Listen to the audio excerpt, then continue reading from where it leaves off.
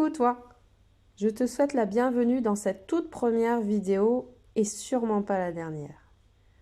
Dans ce monde un peu fou où on vit à 200 à l'heure, il est de plus en plus important de prendre son temps.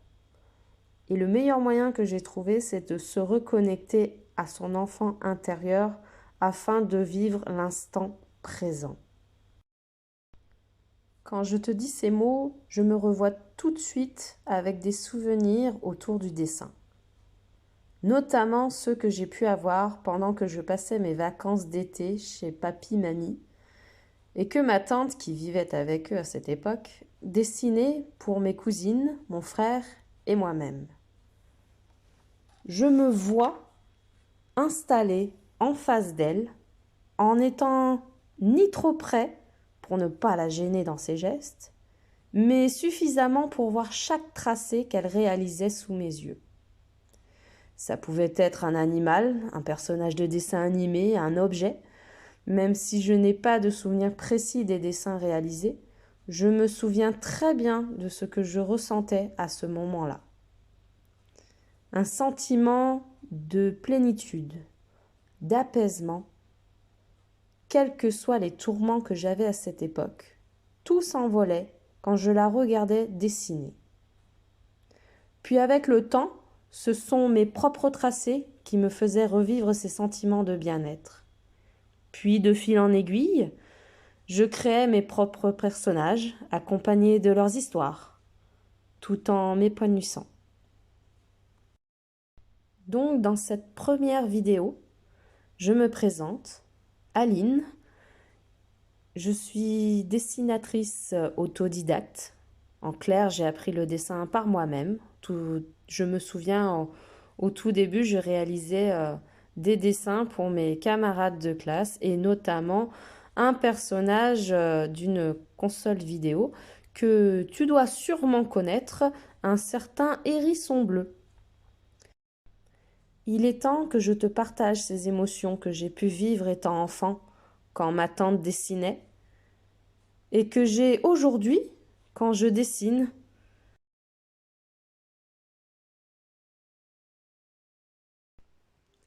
Donc pour ce tout premier dessin, j'ai choisi le thème, ou plutôt l'événement du Nouvel An chinois qui est arrivé dimanche dernier.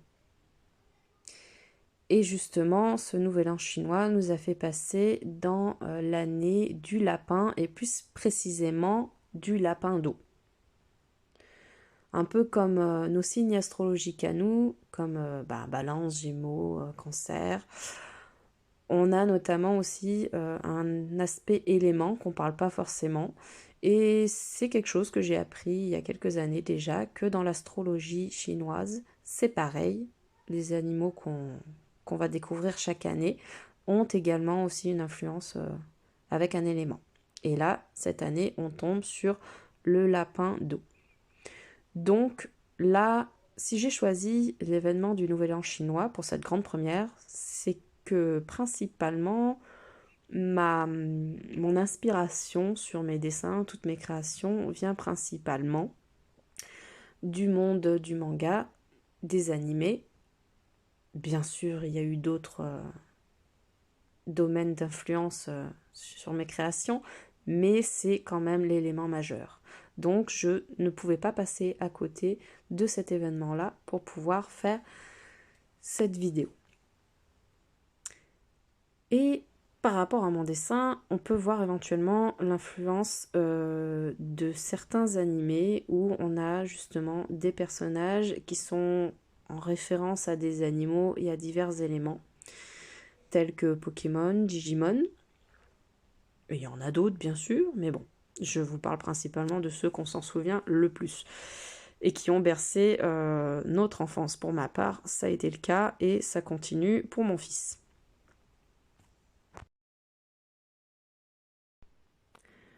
Donc je vais laisser place à à mon doigté, mes crayons, pour vous laisser contempler la coloration de ce dessin. J'aurais pu mettre de la musique, mais pour l'instant, voilà, je n'ai pas forcément eu trop le temps de le faire. Et certes, je suis créative, mais que ce soit moi qui crée la musique, c'est un peu plus compliqué que ça. Donc je vous laisse un instant avec vous-même pour apprécier ce moment-là et je reviendrai en parole sur la fin du dessin.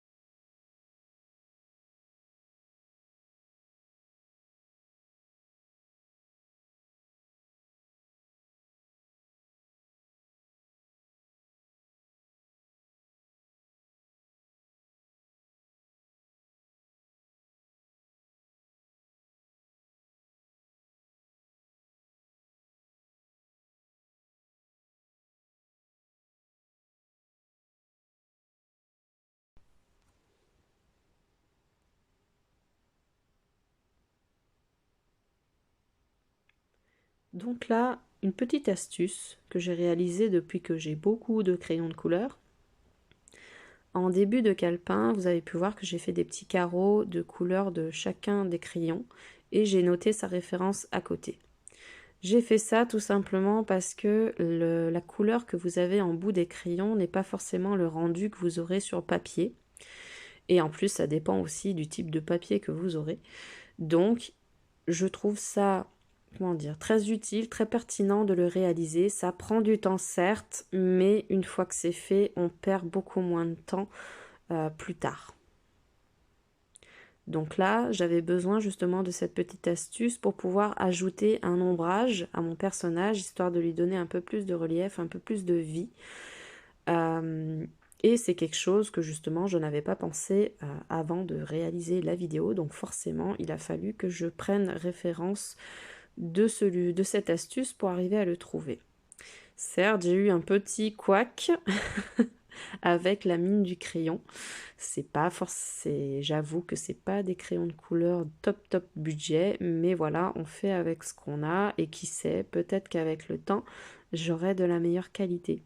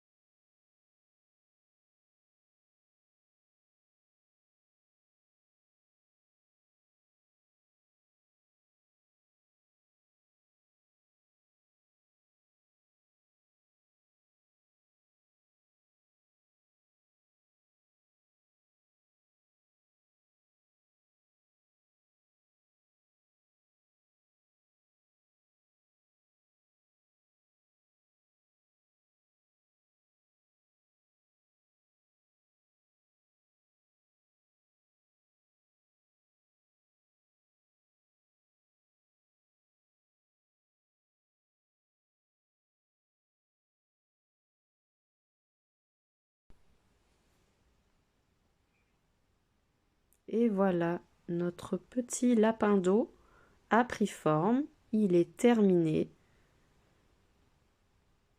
Et le soir même, j'ai réalisé une petite version féminine dans le coin pour avoir un tracé plus doux. On se retrouve très bientôt pour un nouvel épisode.